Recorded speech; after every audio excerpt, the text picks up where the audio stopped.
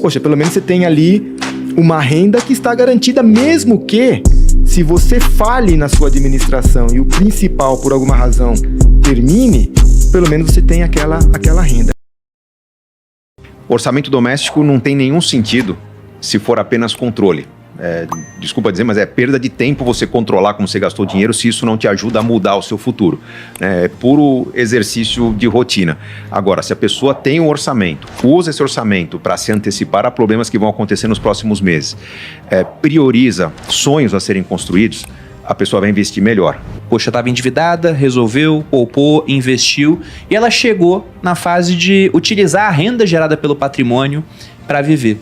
Quais seriam os cuidados, já aproveitando até o que você disse, Carlos? Vamos viver muito, 95 anos, e os custos vão ficar maiores de plano de saúde, por exemplo. Tem alguns pontos importantes a considerar quando você está construindo a sua renda futura, que é a necessidade de você ter um certo otimismo em relação ao gasto que você vai ter no futuro. Eu vejo muitas famílias falando, não, hoje nós temos um gasto elevado, os filhos estão aí no ensino médio, faculdade, daqui a pouco somos só nós dois e a gente vai viver com uma renda ok. O que é essa renda ok? É uma renda que a pessoa avalia quanto custa o nosso apartamento, o nosso estilo de vida, nossos hábitos. A gente viaja 15 dias, 20 dias por ano, né? A gente nem vai viajar tanto no futuro, vai ter neto.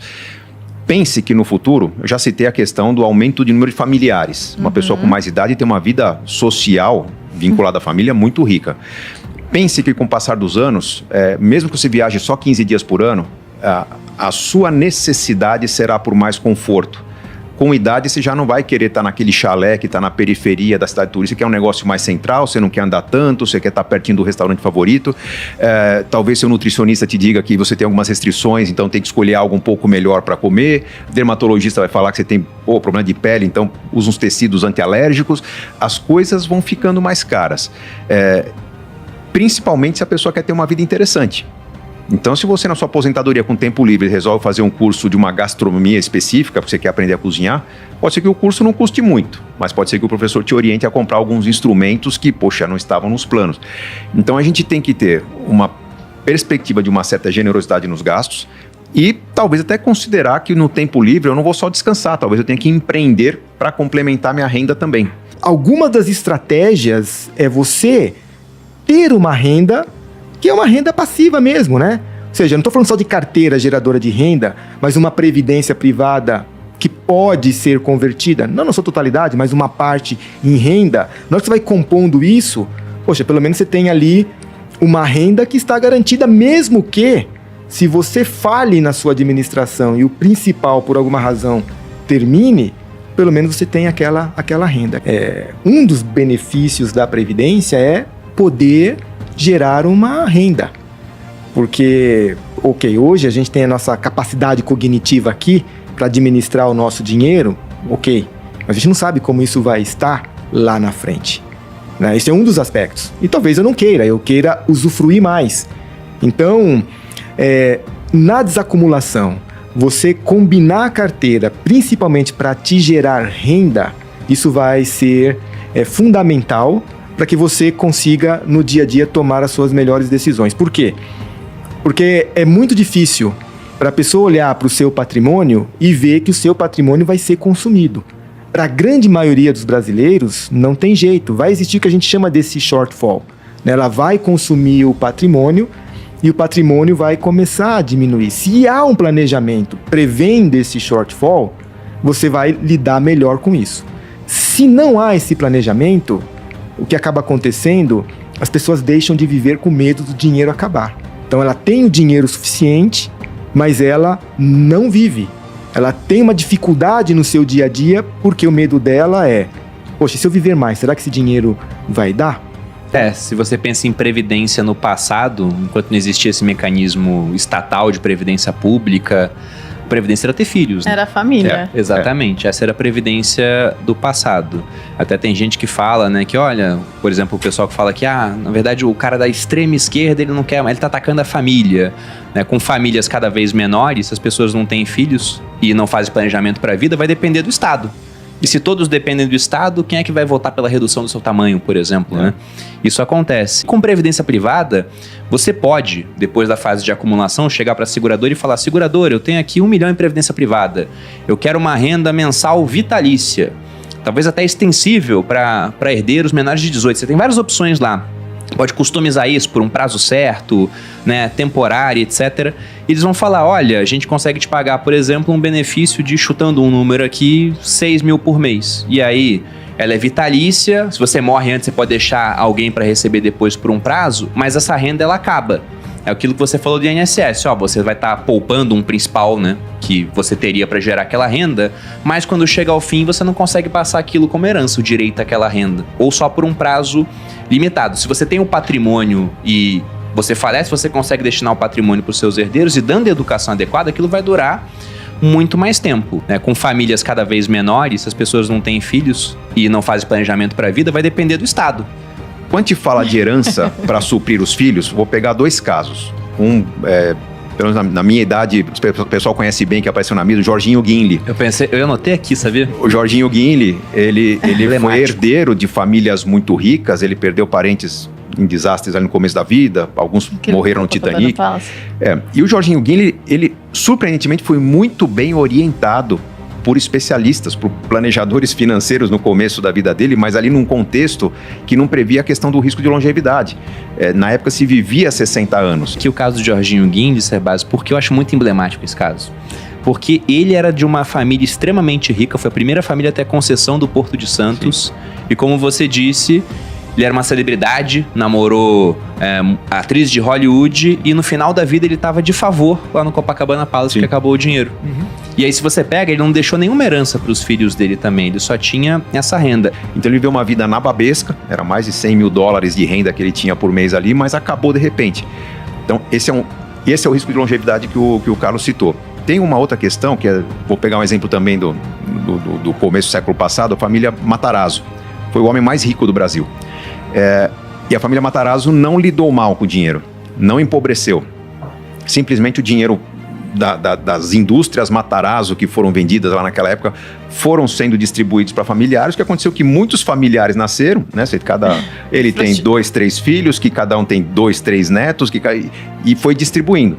Mesmo não lidando mal com o dinheiro, a fortuna acabou, porque mais de 1000 herdeiros, né, de lá para cá. Por isso que o segredo é mandar os filhos, chutar os filhos de casa e é isso aí, se virem. Eu não sei se é chutar os filhos de casa, mas... Ensiná-los, né? Ensiná-los, né? Essa questão da sucessão, muito mais importante que o dinheiro, é transmitir aos filhos a capacidade da construção, o cuidado com a preservação e o cuidado com a criação de uma saúde financeira, de uma vitalidade financeira que a gente chama, que passe de geração para geração. Pode ser que não seja com o mesmo dinheiro, seja um dinheiro novo que vem depois, mas esse dinheiro não é infinito, por maior que seja.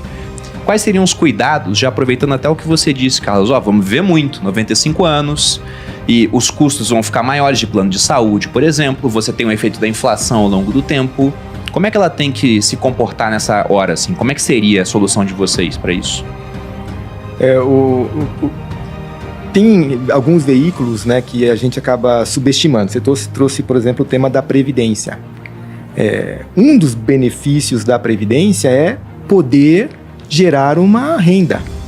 Porque, hoje a gente tem a nossa capacidade cognitiva aqui para administrar o nosso dinheiro, mas a gente não sabe como isso vai estar lá na frente. Né? Esse é um dos aspectos. E talvez eu queira usufruir mais. Então, na desacumulação, você combinar a carteira, principalmente para te gerar renda, isso vai ser fundamental para que você consiga, no dia a dia, tomar as suas melhores decisões. Por quê? Porque é muito difícil para a pessoa olhar para o seu patrimônio e ver que o seu patrimônio vai ser consumido. Para a grande maioria dos brasileiros, não tem jeito. Vai existir o que a gente chama desse shortfall. Ela vai consumir o patrimônio e o patrimônio vai começar a diminuir. Se há um planejamento prevendo esse shortfall, você vai lidar melhor com isso.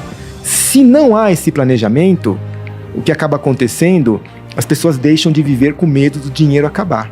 Então ela tem o dinheiro suficiente, mas ela não vive. Ela tem uma dificuldade no seu dia a dia, porque o medo dela é: poxa, se eu viver mais, será que esse dinheiro vai dar? Então... O medo dela é viver mais.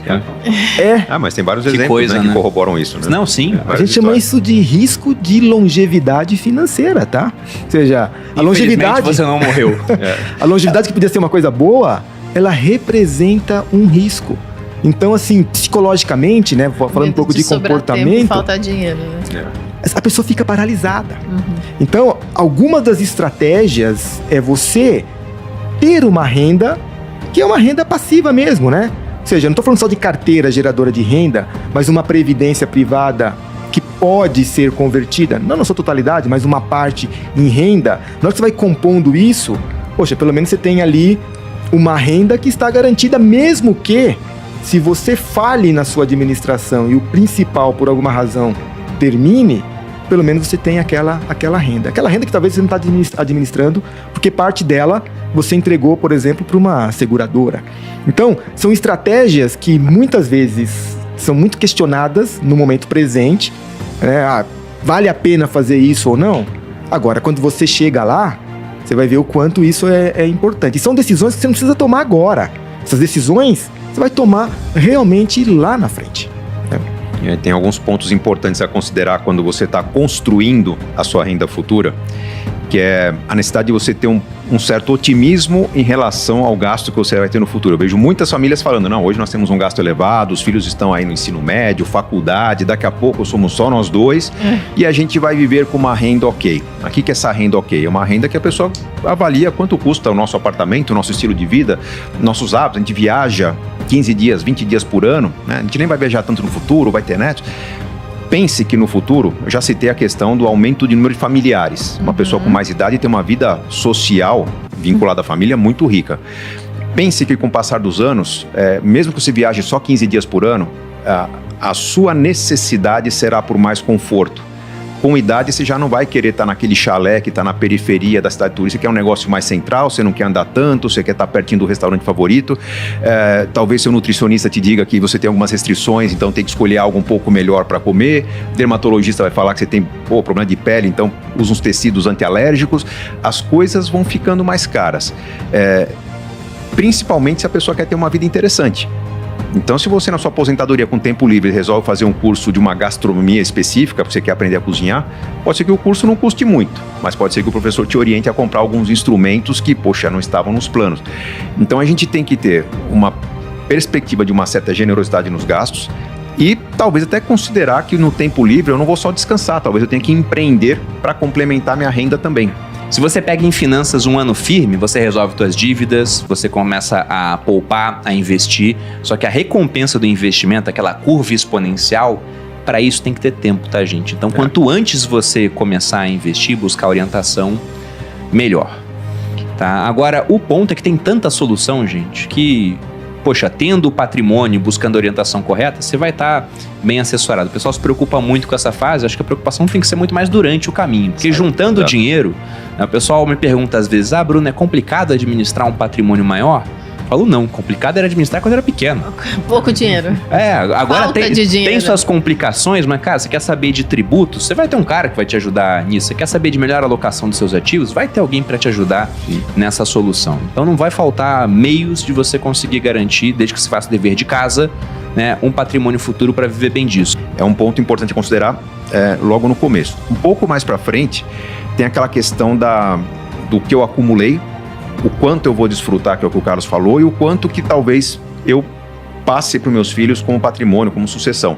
Eu vejo muita gente falando, não, mas eu estou criando uma condição fantástica para minha família, temos negócios familiares, vou passar uma renda para os meus filhos. Feliz daquele que tem condições de se aposentar e sabe que vai viver até os 90, 95, mas tem um planejamento para, quem sabe, chegar aos 105. Eu acho que depois dos 105 nem deveria se preocupar, que a pessoa vai ter tanto neto, bisneto, tataraneto, que essa quantidade de familiares vai dar o suporte que a pessoa precisa além dos 105. Mas até lá a gente tem que se preocupar.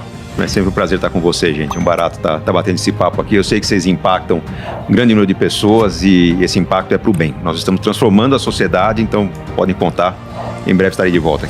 Ao pessoal que assistiu, nosso muito obrigado pela audiência. Aos convidados, muito obrigado pela participação. Voltem mais vezes. Valeu, voltaremos. Obrigado. Grande abraço, pessoal, e até a próxima. Beijos.